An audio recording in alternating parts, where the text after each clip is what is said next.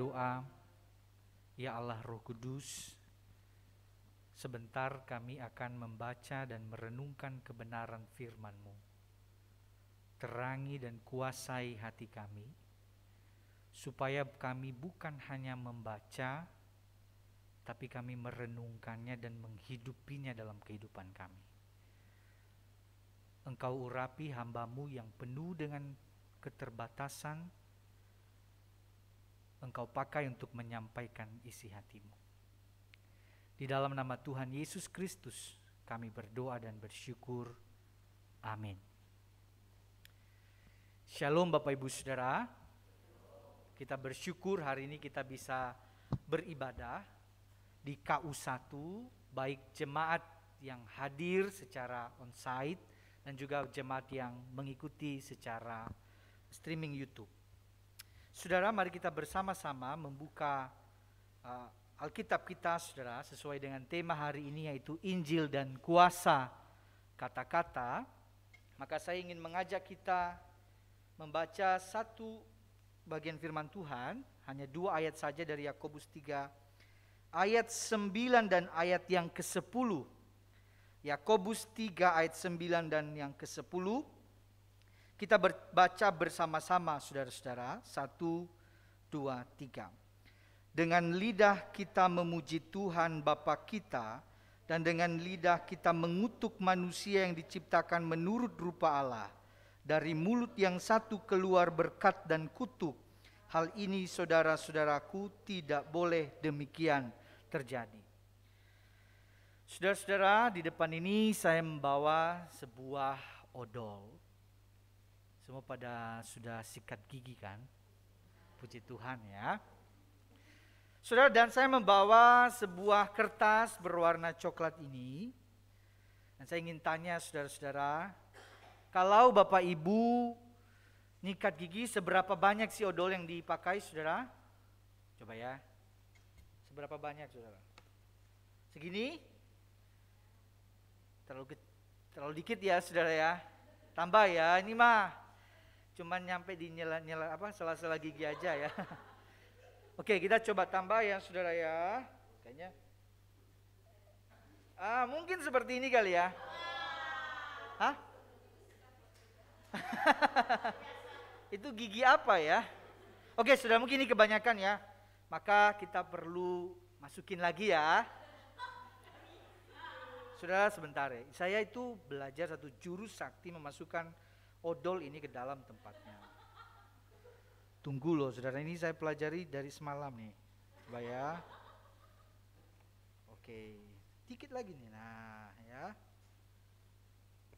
Oke ya, hampir saudara ya. Hampir ya, dikit lagi.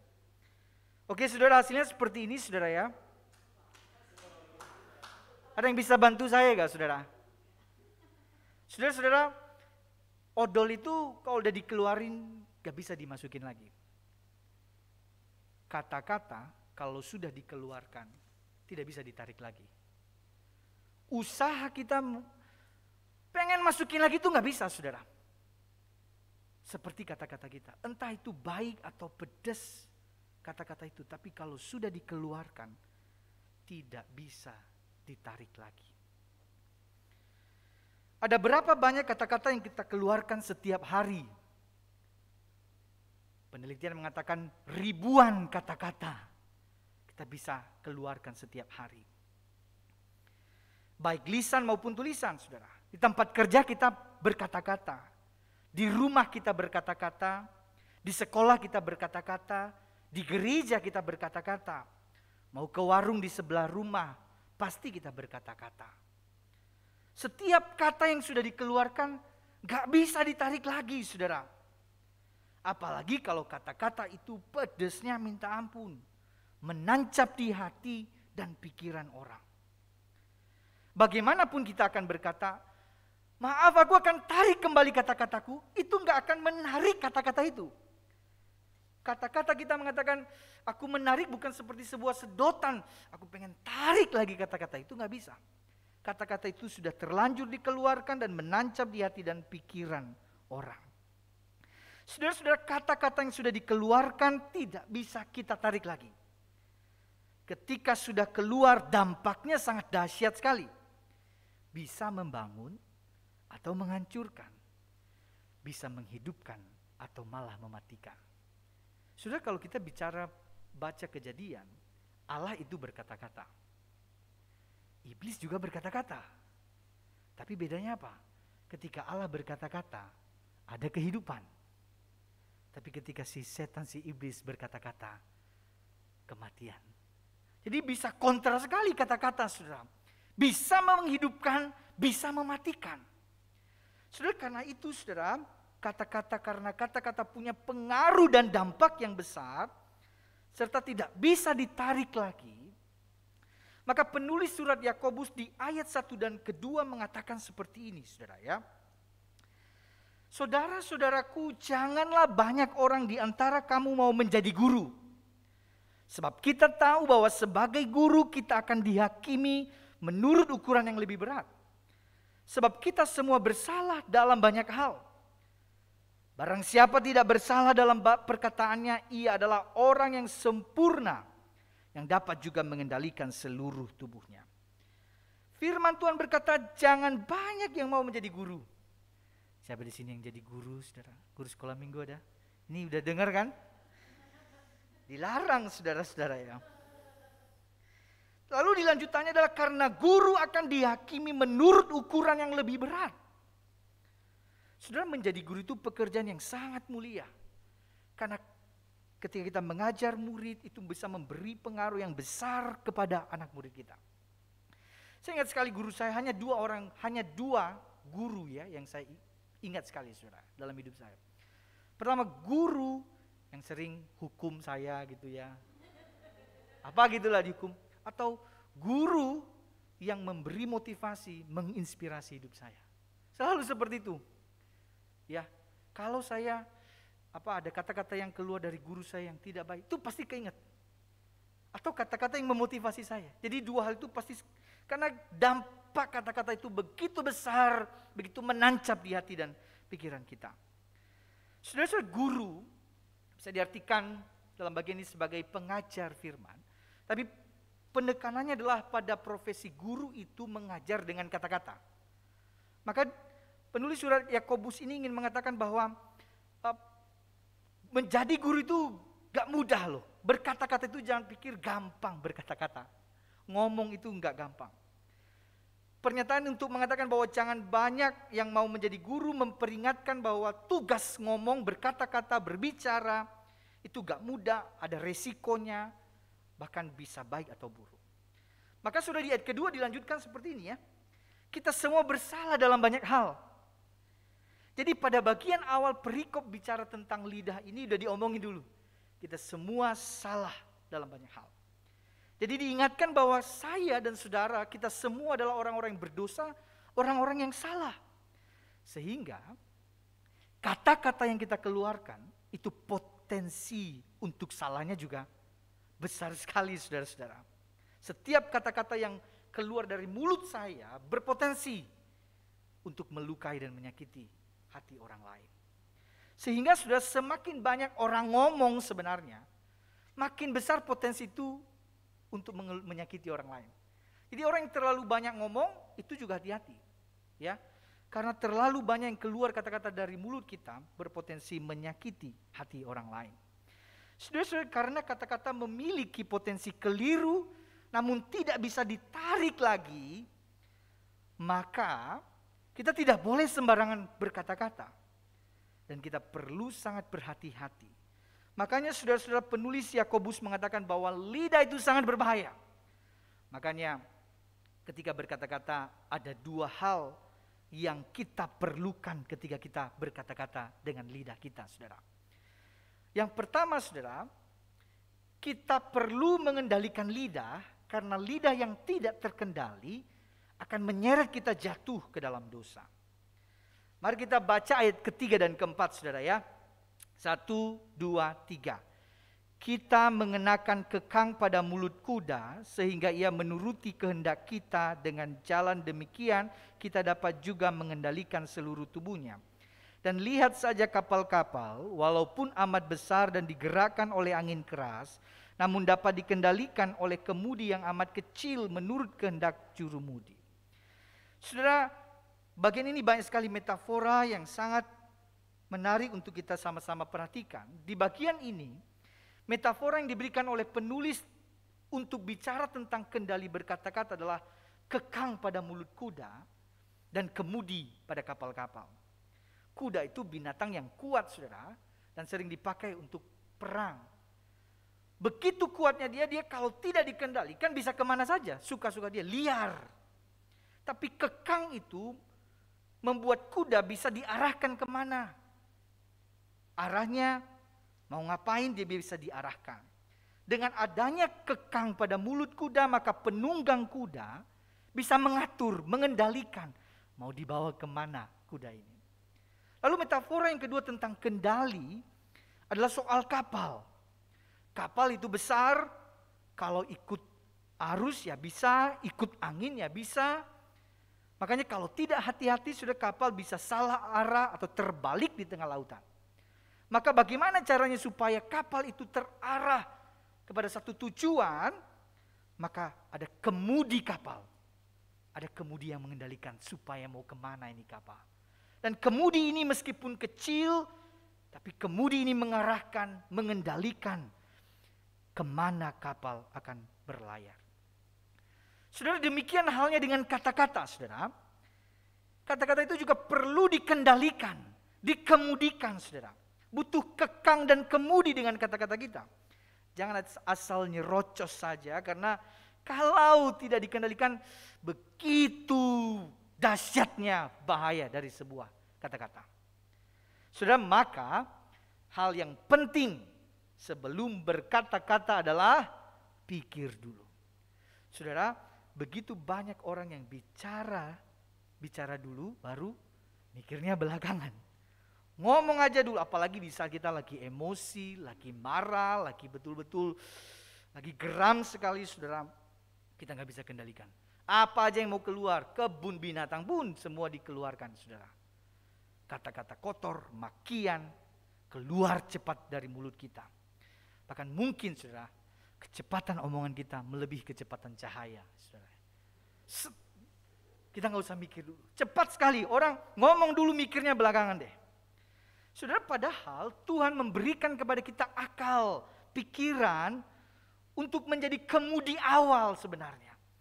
Untuk menjadi kekang yang pertama-tama sebelum keluar itu kata-kata dari mulut kita, kita betul-betul mikir dulu ini benar gak, ini yang terbaik atau enggak.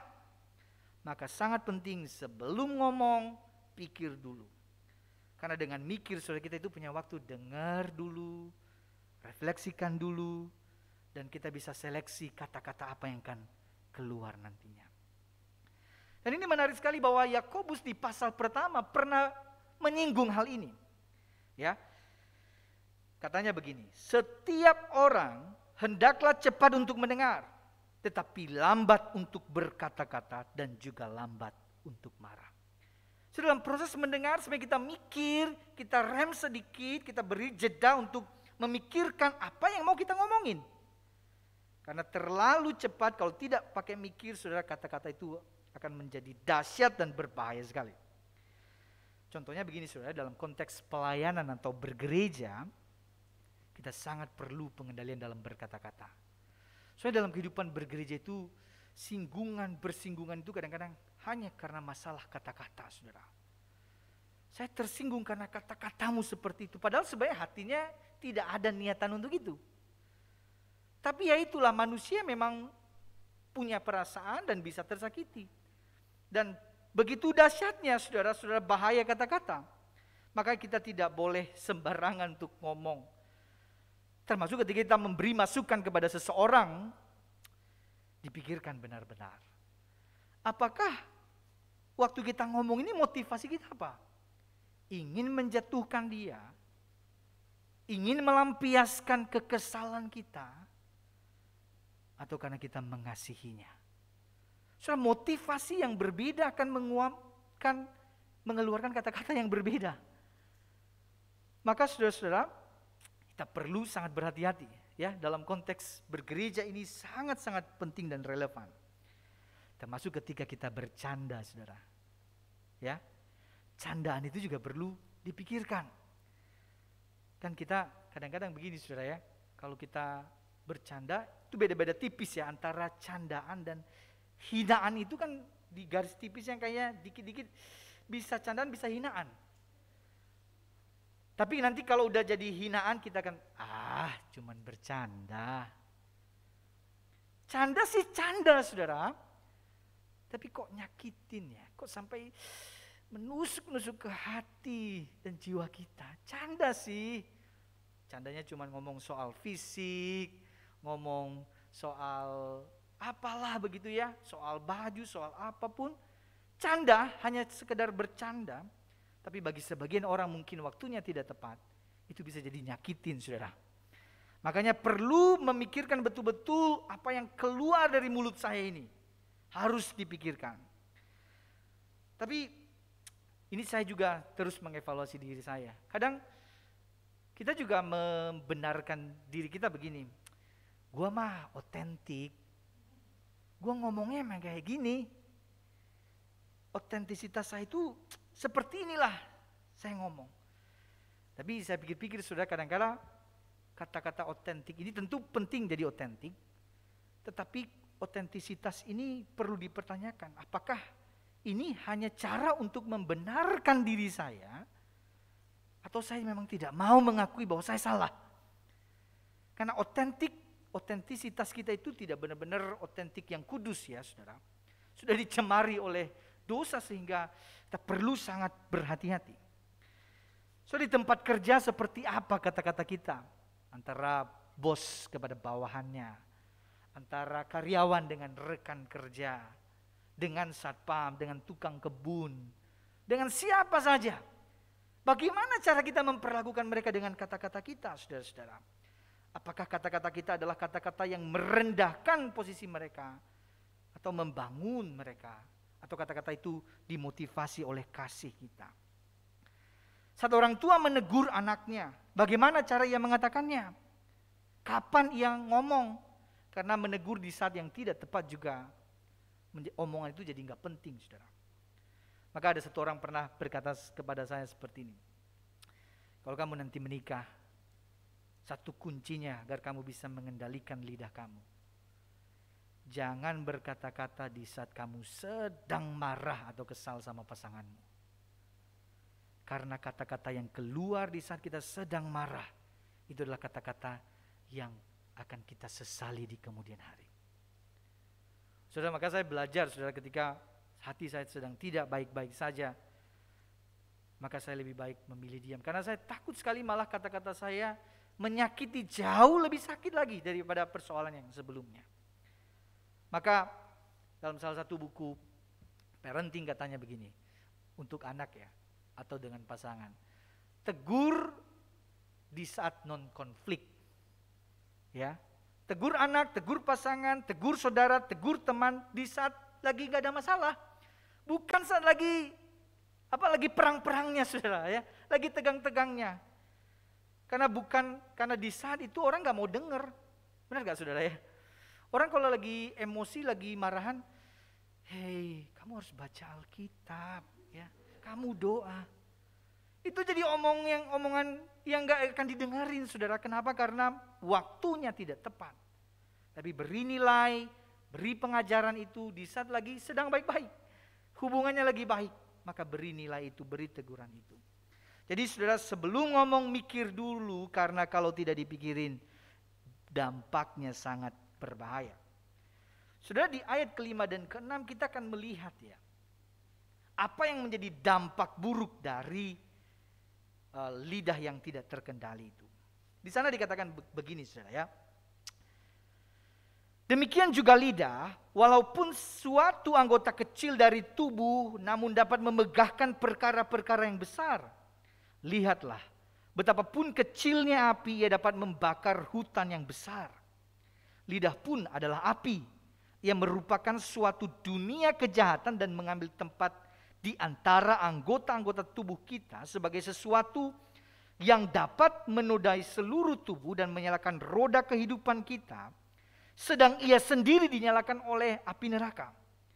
Saudara, pada bagian ini Yakobus bicara tentang bahaya dampak dari lidah yang tidak dikendalikan. Metafora yang diberikan lagi adalah tentang api. Api kecil bisa membakar hutan berhektar-hektar, saudara. Dan demikian dengan lidah. Lidah itu seperti api kecil, tidak terlihat. Tapi ketika dia keluar bisa membakar, bisa merusak, bisa menghancurkan, bisa mematikan, saudara-saudara. Begitu dahsyat dan bahayanya kata-kata yang tidak terkendali.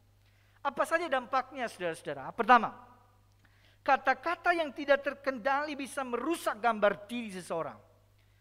Seorang anak kecil yang sejak kecil dipanggil bodoh kamu, jelek kamu, gak berguna kamu, pemalas kamu, sampai besar, saudara. Dia akan bertumbuh citra dirinya, oh iya saya bodoh, saya jelek, saya pemalas, saya gak berguna. Dan saya pernah mengalaminya, saudara. Sampai berapa di usia remaja saya merasa diri saya ini orang yang paling tidak berguna di dunia ini. Karena kata-kata yang saya dengar begitu menusuk saya. Dibilang bodoh, tidak berguna dan sebagainya. Citra diri menjadi rusak. Karena kata-kata yang pedas itu, saudara, tidak dikendalikan. Begitu dahsyatnya pengaruh buruk dari kata-kata yang tidak terkendali. Yang kedua, saudara, kata-kata yang tidak terkendali bisa merusak persahabatan kita.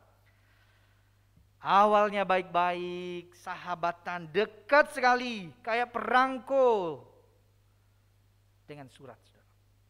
Tapi gara-gara satu kata keluar dan itu menyakiti, ya, menjadi renggang kembali, menjadi rusak. Ya, yang awalnya baik-baik menjadi bermusuhan. Kata-kata yang tidak terkendali juga bisa merusak keluarga kita, saudara. Hubungan orang tua dengan anak, anak dengan orang tuanya, hubungan saudara kandung bisa rusak karena kata-kata tadi. Ya bisa sampai tidak ngomongan bertahun-tahun antara anak orang tua, antara saudara kandung, saudara. Karena ada satu kata yang terpeleset menyakiti hati saudaranya. Rusak karena ada kata-kata yang tidak terkendali. Kata-kata yang tidak terkendali bisa menghancurkan sebuah gereja, saudara-saudara. Berapa banyak kita melihat ada banyak orang yang keluar dari gereja. Aduh, saya keluar aja deh dari gereja. Kenapa? Saya gak tahan. Omongannya nyakitin saya. Keluar dari pelayanan. Kenapa? Kata-katanya nyakitin. Kata-katanya merusak, menyakiti hati saya. Bahkan saudara-saudara, perpecahan gereja terjadi juga biasanya muncul karena kata-kata yang tidak terkendali dikeluarkan. Saudara-saudara, kata-kata yang tidak terkendali juga bisa memecah belah sebuah bangsa, saudara.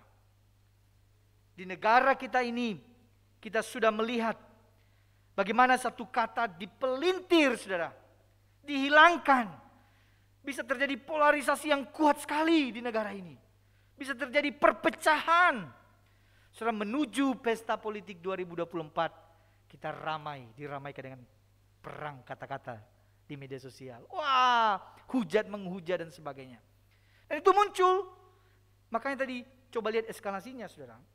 Mulai bisa merusak saya secara pribadi, merusak relasi saya, merusak keluarga saya, merusak gereja saya, merusak bangsa saya.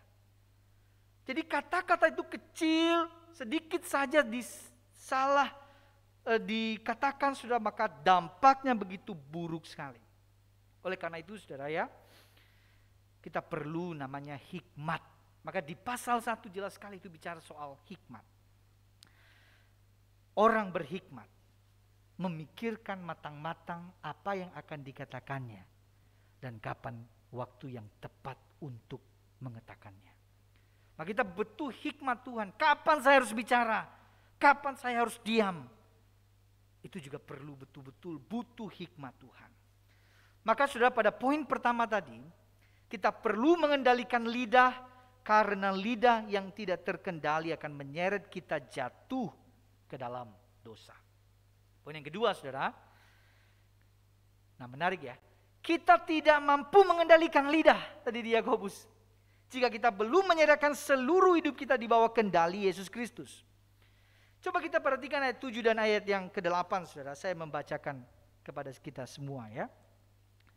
Dikatakan begini, semua jenis binatang liar, burung-burung serta binatang-binatang menjalar dan binatang-binatang laut dapat dijinakkan dan telah dijinakkan oleh sifat manusia. Tetapi tidak seorang pun yang berkuasa menjinakkan lidah. Ia adalah sesuatu yang buas, yang tak terkuasai dan penuh racun yang mematikan. Saudara-saudara, komen dari penulis Yakobus ini sedikit agak negatif terhadap lidah itu. Katanya itu lidah itu buas, tidak bisa dikendalikan. Saudara, kalau binatang buas bisa dijinakkan oleh manusia, dan kalau kita balik lagi ke Kejadian, maka itu sudah dilakukan. Ketika Tuhan memberikan mandat kepada manusia pertama untuk memelihara binatang, mereka bisa menjinakkan, bahkan binatang-binatang yang buas sekalipun mereka bisa jinakkan dan pelihara. Tetapi saudara, beda halnya dengan lidah.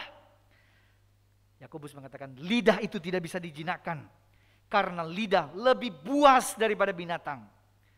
Saudara, kenapa kita tidak bisa menjinakkan lidah kita sendiri? Kenapa? Karena tadi di awal tadi, kita ini orang yang penuh dengan kesalahan, adalah orang-orang yang berdosa. Sehingga saudara, kata-kata kita itu berpotensi merusak, melukai orang lain.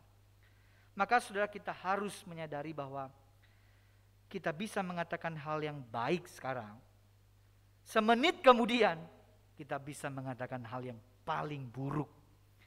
Maka di ayat 9 dan 10 tadi yang kita baca itu dengan jelas mengatakan begini.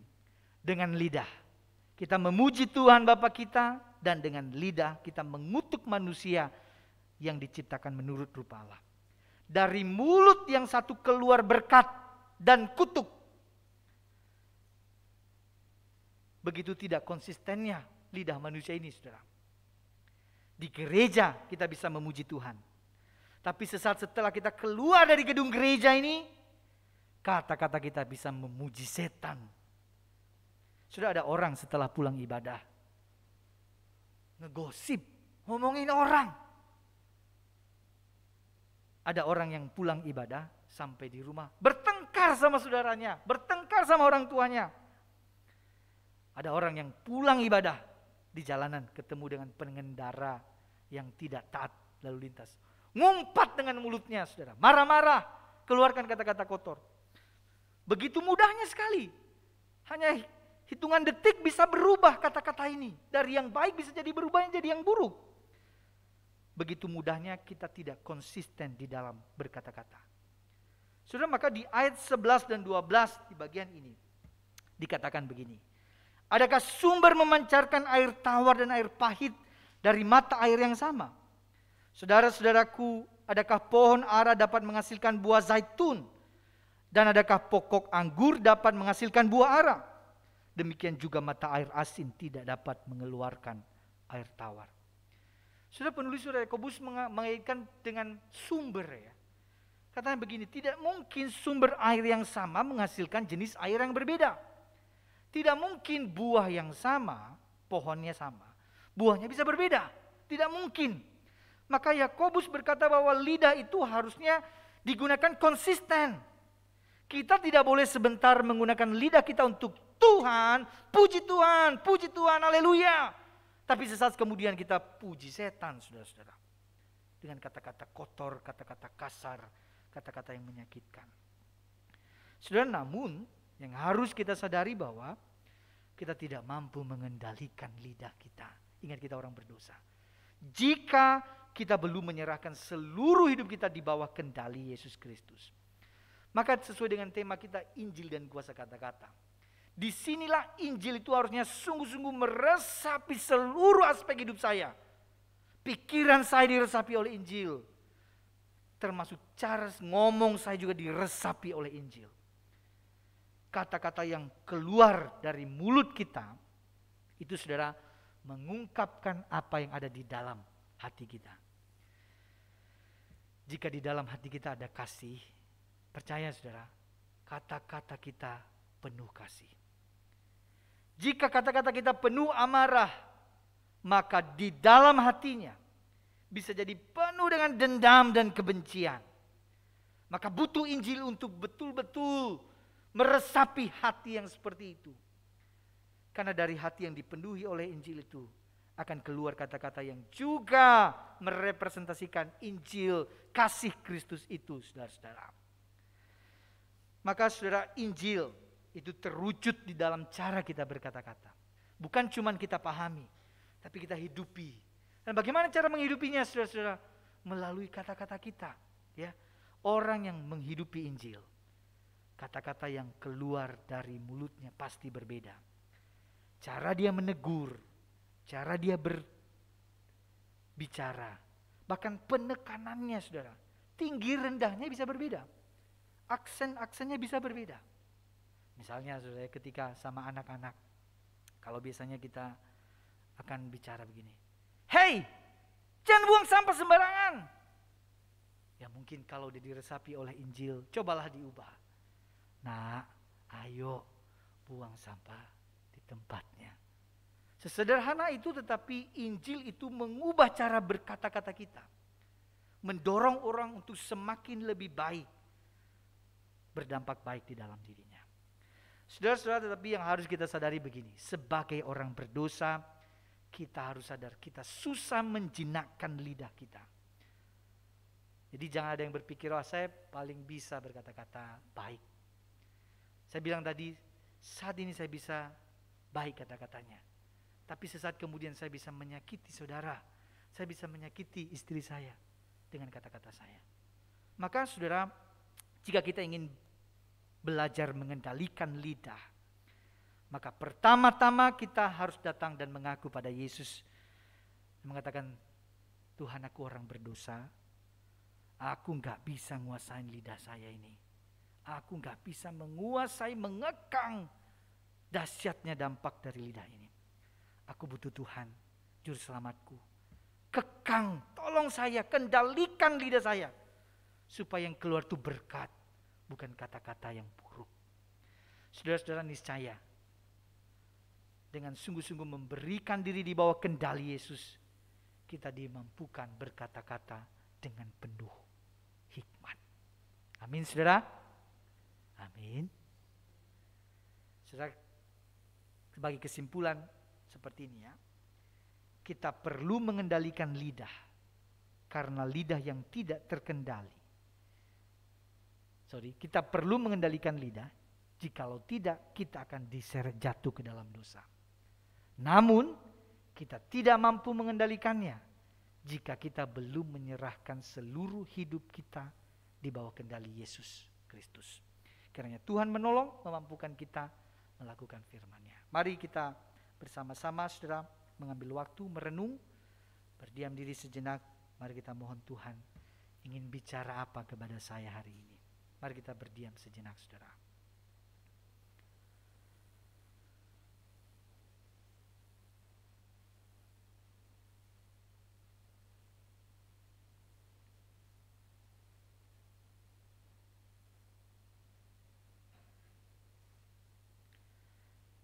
Bapa di sorga, kami bersyukur kami bisa membaca, merenungkan firman-Mu. Terima kasih untuk teguran, penghiburan, kekuatan yang daripada firman-Mu.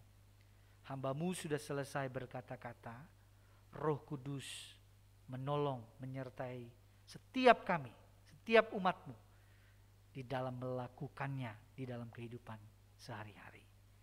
Demi Yesus Kristus kami berdoa dan bersyukur. Amin.